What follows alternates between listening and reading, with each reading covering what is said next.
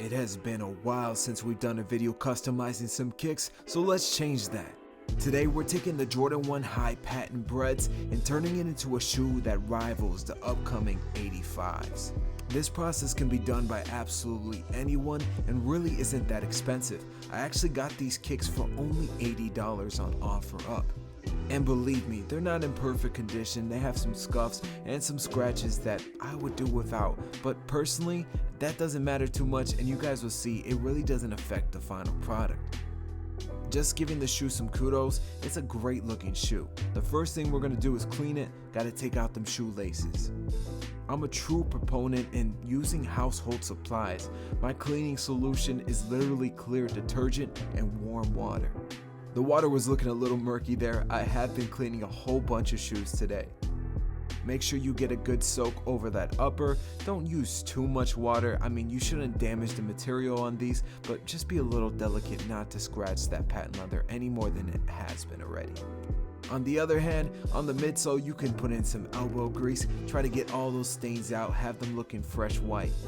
I'm actually considering aging these to make them look more like an 85 pair, but we'll see. I might make that a separate video if I choose to do so. The first part of this process involves this Angelus leather preparer and deglazer. It's going to help remove that finish that is found on the patent Breds. This is extremely important, and to be honest, I recommend you guys use gloves. The acetone in this deglazer really isn't the best thing to make contact with your skin, so take extra precaution, don't be like me. Make sure to rub off the solution on every single panel of the sneaker and use separate Q-tips or cotton swabs, whatever you choose to use, on different colors because you don't want them bleeding onto each other. This is a straightforward process. It can be a little time consuming, but just make sure to hit up every single spot because it's really going to affect that final result. At the same time, you don't want to use too much. It might actually damage the leather. Remember, what you put into the customization process is exactly what you're going to get out of it. It's kind of strange to me that these are considered to be the first reimagined sneakers. I think most of us consider the Lost and Found to really be that turning point for the reimagined line now. I finally wisened up and got myself a pair of gloves, and we're going to be spraying adhesion promoter onto it.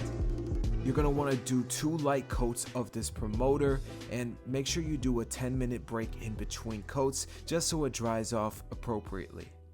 Make sure to take your time with this and try to get in between all those cracks and overlays. This is going to really help when we do our matte finisher a lot later. Another important recommendation, do not do this in your room. I was getting a little sneaker high and I wasn't loving it, to be honest. The dreams that night were kind of crazy, and I think it was partially due to this. With that being said, put your matte finisher on the shoe, and this is the final result. It's not perfect, there is some like white stains and lines. I believe it's from the acetone reacting with the glue, but I think the final product is still outstanding. Especially because all in all, I paid $130 to complete this entire process, and that's including the shoe. Now the shoes still feel like they're patent leather quality, but they don't have that tumbled effect that the 2016 pair has, which I personally think makes these look a whole lot better and more true to the 85 original. This is something you can easily do with your pair at home. Let me know if you choose to do so, and make sure to follow and subscribe for more Soul Therapy.